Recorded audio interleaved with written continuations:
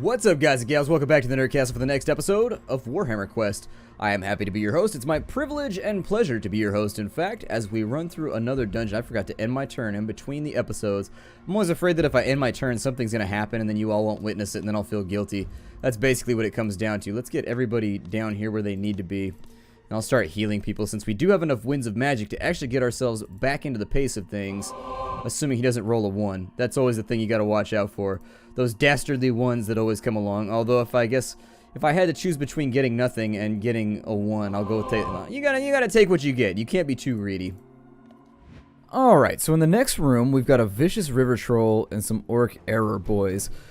So I'm feeling like the first thing we want to do, I mean, trolls are always worthy of just sort of like your ire and also your respect in this game, because they can be incredibly problematic. So I'm probably going to start off by putting around, oh god, okay, so he missed already. That's okay though, I guess misses happen. So we're going to try and get rid of as many of the error boys as possible. Call the brave real fast. It only worked on our slayer, so we're going to step forward for a second, see if he can get rid of this guy. 140 wounds on that troll. My god. I feel like I should probably like pay attention better to recommended levels or something, because honestly I keep getting myself into this situation. Okay, there's a big swing and a miss. 2 big swings and a miss. I've been contemplating getting rid of Leopold. I'm really not pleased with him so far as a character, and I know I've brought that up a couple times. Let me Blade of Night him real fast. There we go. Get another attack. Yay! No. Wow. Come on, Leopold. You're killing me right now, bud. 4 attacks. And with the difference in weapon skill right there, he's got 4, and the Orc Boy has 2, so he should have a 60% chance to hit, so like that many in a row with him miss. Ooh, a big 14 hit right there from the River Troll, and he's down. Oh god, how many attacks does this thing get? Whoa, and then he connects with the arrow. Alright, so apparently this is going to be one of those situations where we lose all of our, well, we missed all of our attacks, and they get to use all of theirs and land them. Unfortunately, it's kind of a nasty situation to be in. I'm going to try and get going using, well, we'll use the fire ring on him. It only did like 18 though, so honestly it's not that much. I think I'll probably try and healing mist people just to get them back up, but you have to remember that when you use healing mist on a downed character, there's a chance that it'll fail. Just like with any other healing item in the game, when you're trying to pick somebody up off the ground, you have to make a roll to see if it works. So sometimes you'll cast it, and it'll just be like, failed. However, we got a couple good rolls right there. I'm fairly happy, actually, with the way that that went. The Scrolls of Healing did okay. I'm gonna use the Grey College hat real quick. And I'm not... I think I'm gonna try and... yeah, I'm just gonna Blade of Night the hell out of our Slayer. And honestly, we've just sort of got to hope that, like, he goes all in on this turn, and he lands every single blow that we give him. I'm hoping right now that he'll end up with enough attacks to where we can basically finish this guy off in one turn. He's got 10 attacks right now. However, all orcs have an aura called Orc Stench. I'm sorry, all trolls have a thing called Troll Stench. Apparently, they're especially stinky due to the fact that they don't bathe or something. I don't know, they don't groom. I'm not really sure. But they have an ability called Orc Stench that lowers your attack probability by a pretty immense amount, as I recall. And so we landed 2 hits right there. Leopold's trying to make up for the previous turn where he was just messing up nonstop. Swing and a miss, but then a hit right after. Got a big hit right there. A miss. Another big hit. Another miss. Ooh. No. Come on, bud. Ooh, okay, so... we needed to make like 2 more of those hits out of those 10 and we would have done okay, but now that we're still stuck in a bad position now, and I have no idea how we're going to finish this troll off because it has the ability to basically wreck half of our party every single time it acts. Okay, so it managed to miss with one of its attacks. It got the 3rd one though, and I think it gets 3.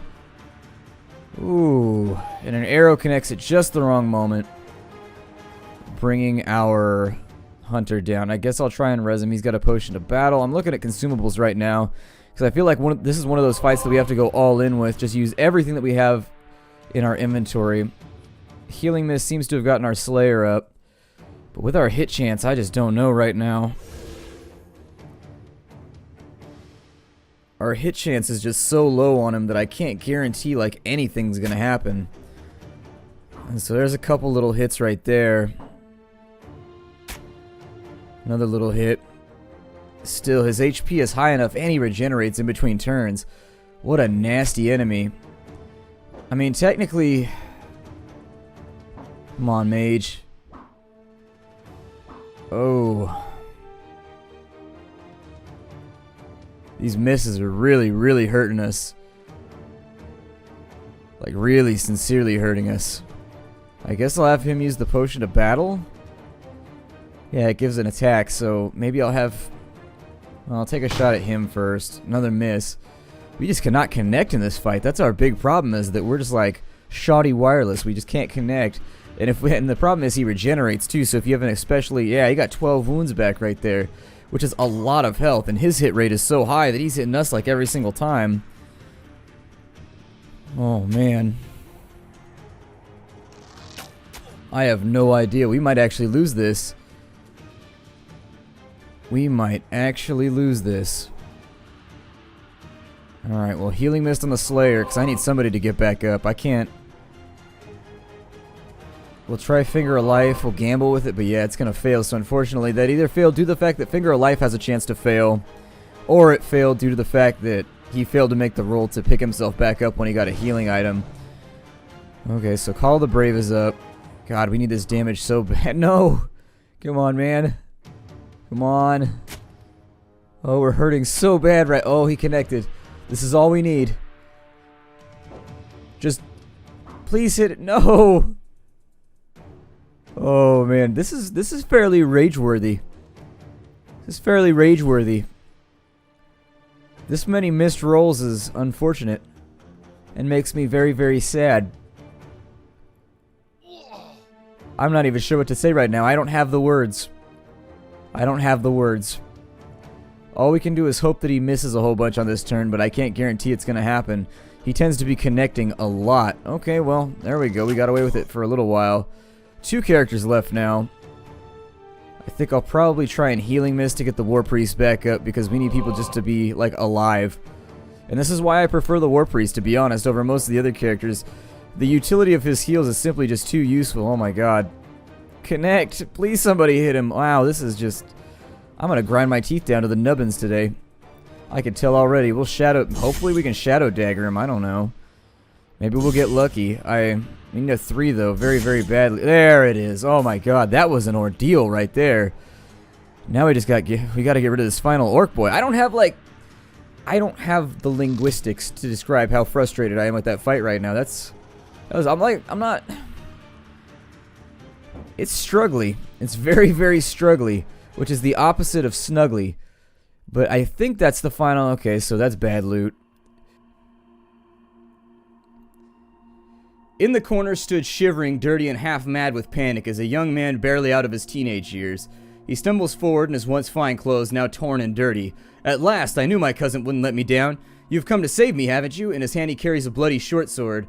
Perhaps surprisingly, this man is no courtly fop. He obviously knows how to handle a sword, or else he would have been killed long ago.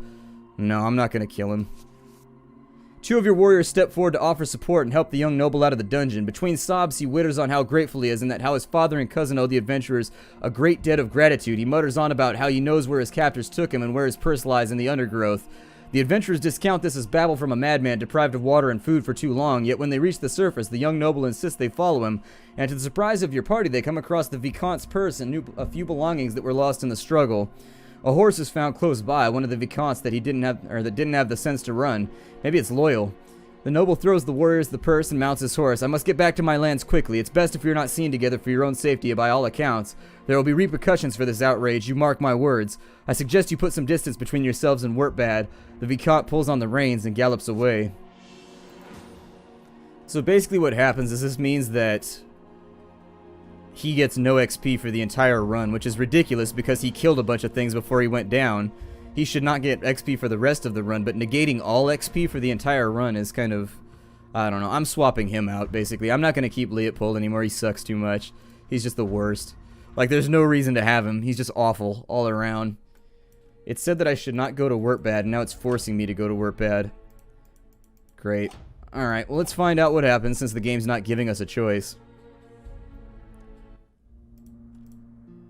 Oh, well, apparently that was all just, like, fake and didn't actually exist. Alright. I guess we're playing the game like in some sort of weird vacuum where the things that happen in between missions don't count. Alright, well, we have nothing to sell because for all its difficulty, that dungeon gave us 0 loot. So there's that. I guess we should probably stock up on consumables since we used them all on that last run. Like, essentially anything that I can grab is good. We can get a fine pistol for the witch hunter, a masterwork mace, a wood elf amulet. Unfortunately, there's not a lot here that I want to spend money on. The fine pistol might be nice, though. Let's see what his fine pistol's doing right now.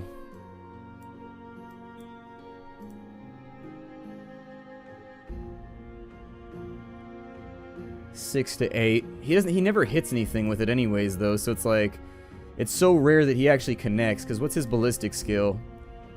2. So yeah, he has like a 30% chance to hit no matter what. And so his chance is so low to hit that I don't think it's worth spending that much money and trying to upgrade it. Let's just go to the training grounds, because it's going to be super expensive anyways. He got ballistic skill. Why would a Grey Wizard get ballistic skill? Unless that affects like his shadow bolts or something. Void Master. The targeted unit is transported to the Void where they will have all of their wounds healed. The healing takes the remainder of the turn. The targeted warrior will return at the beginning of the next turn. The ability can only be cast on one warrior a turn. If the Grey Wizard is killed whilst the warrior is in the Void, the warrior in the Void is also killed. Okay. It's kind of expensive to use the training, to be honest. It should be free. Like, I don't think the training should cost money, considering how little money you get and, like, how much they want you to use microtransactions to buy gold and all that other stuff. I don't know. I feel like I'm pretty much spent on this game at this point. Like, weapon skill of 5. Okay. Like, I don't know. What's lesson blow? Troll Slayer takes fewer wounds than normal whenever he's damaged from physical sources. The level of damage reduction increases with the Troll Slayer's battle level. That seems nice. It gives him some tanky qualities that he otherwise might not have. Let's go... You could do an undead dungeon and get a ton of XP for our witch hunter. I think I will, actually. I don't know. We don't have like a ton of money right now. Or we can go to Warden. Let's just go to Warden. We'll keep exploring and see how much of the map we can clear out, because we're doing pretty well as it stands right now, and just like churning our way through all of the various content. I don't know, that troll fight put me off my stomach, though. That reminds me, I remember that as a kid, just like seeing a troll and then dying to it. Because frankly, the trolls, like, I don't get how you can't... It's like a 10-foot tall monster. Like, how are you not able to hit it? Like, maybe it should have less in damage, but it shouldn't be hard to hit. The thing is enormous. It takes up, like, the entire room. Warden is as poor a town as the province it lies in. Tattered banners of green and yellow, the colors of Stirland, drape from the buildings, and the soldiery that guard the town's dilapidated walls are armed with rusty blades. More than a few eye up the weapons of your party with envious glances. The warriors are soon spotted by a gentleman dressed in too fine a attire to be a local. He raises his plumed hat in greeting. "Strangers too, eh? They're not a very trusting lot, which makes them terrible customers," he says, expansively gesturing to the townsfolk around him. "I was heading south to richer pickings in Averland. I sent my caravan of wares ahead, but the brigands I'd hired as guards betrayed me and have stolen my goods. They even have the gall to send a ransom demanding gold for the return of the caravan. The fools are too lazy to sell the stock themselves." The merchant crushes a piece of paper in his hand, presumably the ransom demand. "I haven't the funds with me here, but I'd like to secure your services. If you can find my caravan and bring it back to this god's forsaken town, I'll reward you. Do with the thieves as you please. Crush their skulls for all I care." I like skull crushing. Skull crushing always sounds like fun. They can retire? What the hell does retiring mean? Huh. What does retirement do? Hold on, I need to Google this real fast. Second screen, ho! What does retirement do? I don't remember retirement. Retirement for, I guess, Warhammer Quest?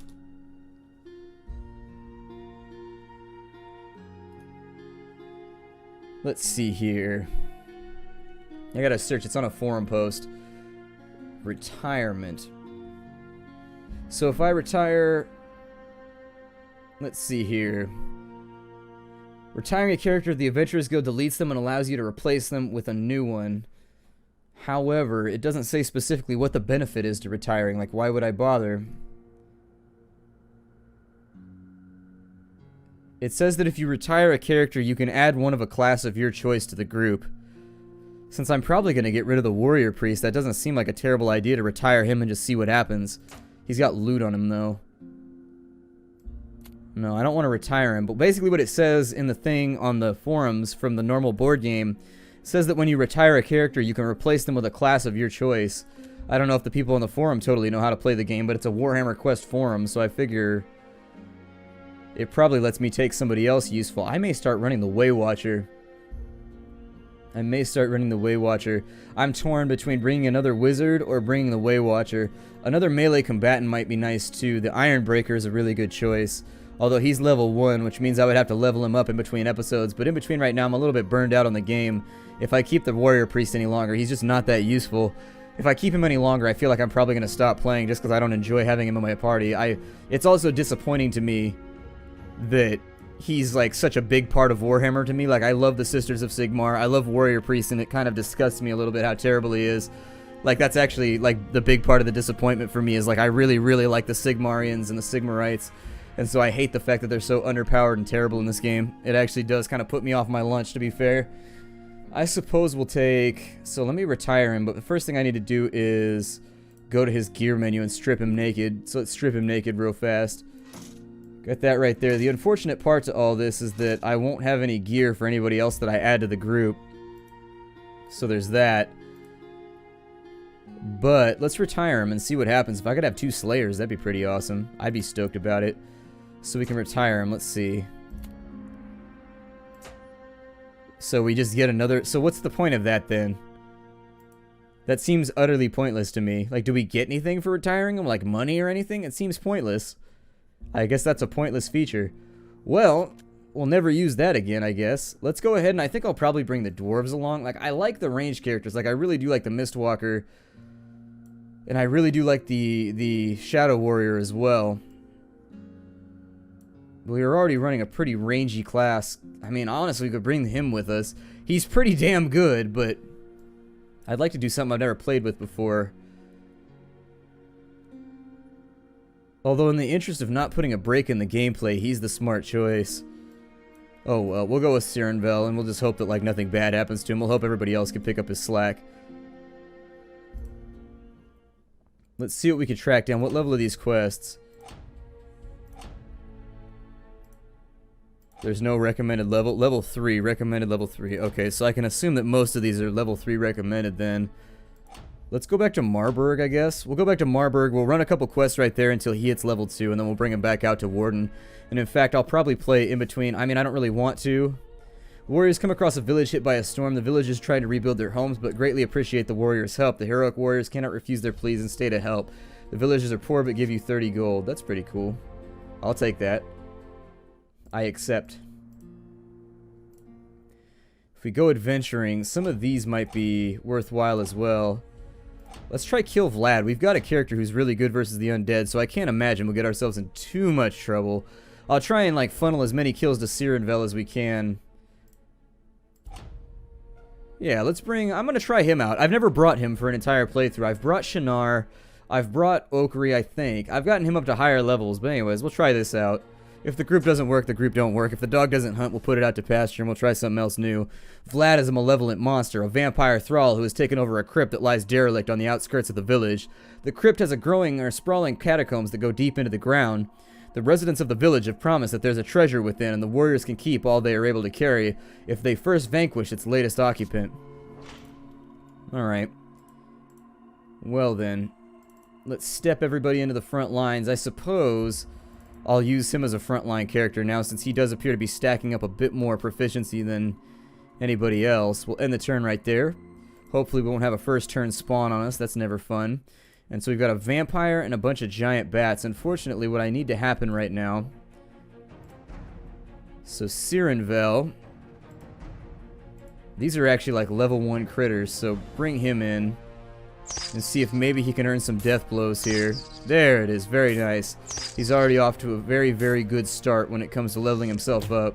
He missed his arrow shot, but that's fine. That's actually, I mean, he killed more than I thought he would anyways, so good for him. Good on him. We got death blow right there. He's at Iron Resolve already, which raises the question if he can get around the corner and stop this thrall with his Bane of the Undead, which is always the goal that you want to shoot for when it comes to the undead. Oh wow, he's got far more HP than I expected. Okay. So his will is shaken right now.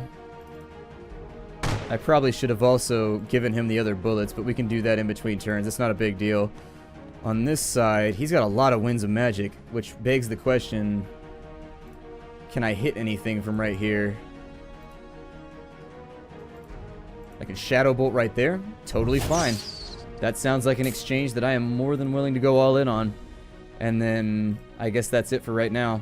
We'll see what he does on his turn. I'm not sure. He's his death streak. Ooh, he got everybody. Okay, so we lose a turn, unfortunately. Death streak is problematic, especially considering the game has no swap position command. So essentially right now we're trapped in position until next turn. Oh, he's going to use it multiple times. Okay. And he's going to take a couple swipes at us, unfortunately. Whew. Wow. Dropping some huge hits right there. Like some enormous hits. So I underestimated this character. I should have looked at his stats a little bit harder, but you know what? Sometimes you just kind of like slip over things when you're doing an LP. Like, it's the weirdest thing. I try to describe that to people. Like, what it's like trying to maintain a train of thought while I talk to all of you and play a game at the same time. But I underestimated him. I really, really did. So now that the heals are out of the way, well, we'll move the archer to right here. We'll take a shot at... Oh, good. He got him. Okay. On this side, let's stake him. It still isn't enough to kill him, but we need him to, like, go away right this second. Unfortunately, an ill-timed miss is probably going to undermine that plan. There we go. We got him. He might be out of willpower. His willpower may be weak, but at least the enemy has fallen in front of his amazing undead slaying abilities. So, there we go. We'll finish off this bat in just a second. Wow, 9 power. Once you stack up a couple pieces of loot, I'll be honest, it's actually pretty cool how much power you can get per turn once you start stacking it up slightly. I'm going to keep people healed right here. And from there... Oh, there's a miss. Let's see if our archer can get him. Nice. Okay, so we got rid of him with the archer, and we're going to get gold ore, which is fairly valuable. After that last run, we need as much loot as we can get, to be honest, so that's that.